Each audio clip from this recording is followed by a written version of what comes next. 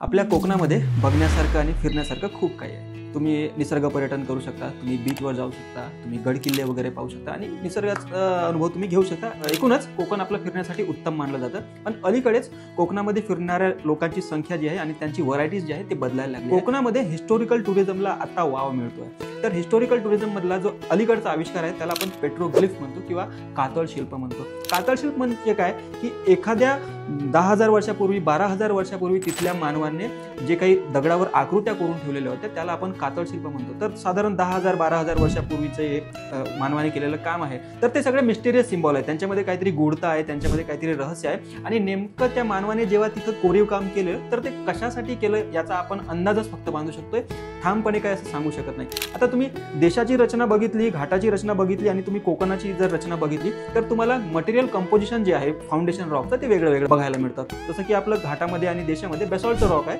तसंच कोकणामध्ये तुम्हाला लॅटराइट रॉक बघायला मिळतो। तर या लॅटराइट रॉकचं वैशिष्ट्य हे असं आहे की पाऊस इथं पडला की ते मॉइश्चर ॲब्झॉर्ब करून घेत असतं आणि काहीसं ते नरम होत असतो दगड।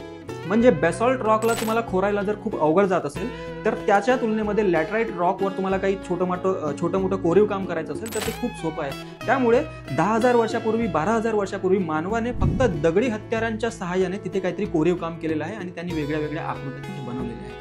तर या आकृत्यांमध्ये काही 2-3 विशिष्ट प्रकार आहेत। त्यांच्यामध्ये काही आकृत्यांमध्ये मिस्टिरियस पॅटर्न्स आहे, कुठं स्पायरल काढलेला आहे, कुठं स्वस्तिक सारखे डिझाईन्स वगैरे काढलेले आहे। दुसऱ्या पॅटर्नमध्ये त्याने मानवाने स्वतः भोवती आढळणारी जी जनावरं आहेत ती जनावरं करून ठेवलेली आहेत। त्यामध्ये तुम्हाला गेंडा बघायला मिळेल, त्यामध्ये तुम्हाला वाघ बघायला मिळेल, त्यामध्ये तुम्हाला हत्ती बघायला मिळेल। आता गेंडा हा प्राणी काही आपल्या कोकणपट्टीमध्ये सापडत नाही, पण साधारण 10-12 हजार वर्षापूर्वी गेंडा कोकण किनारपट्टीमध्ये होता, कारण त्या मानवाने तशी आकृती करून ठेवलेली आहे असं आपण म्हणू शकतो। हत्ती तुम्हाला आजही आढळतो, तुम्हाला सिंह आढळत नाही आज, मात्र सिंह त्या काळात सुद्धा कोकण किनारपट्टीमध्ये अस्तित्वात होता असा आपण अंदाज बांधू शकतो। बरं, ही जी लोक कातळ शिल्प जी कोरत होती ती लोक काही त्या टेकडावर राहत नव्हती, कारण तिथे जवळपास कुठेही पाण्याचा स्रोत उपलब्ध नाहीये।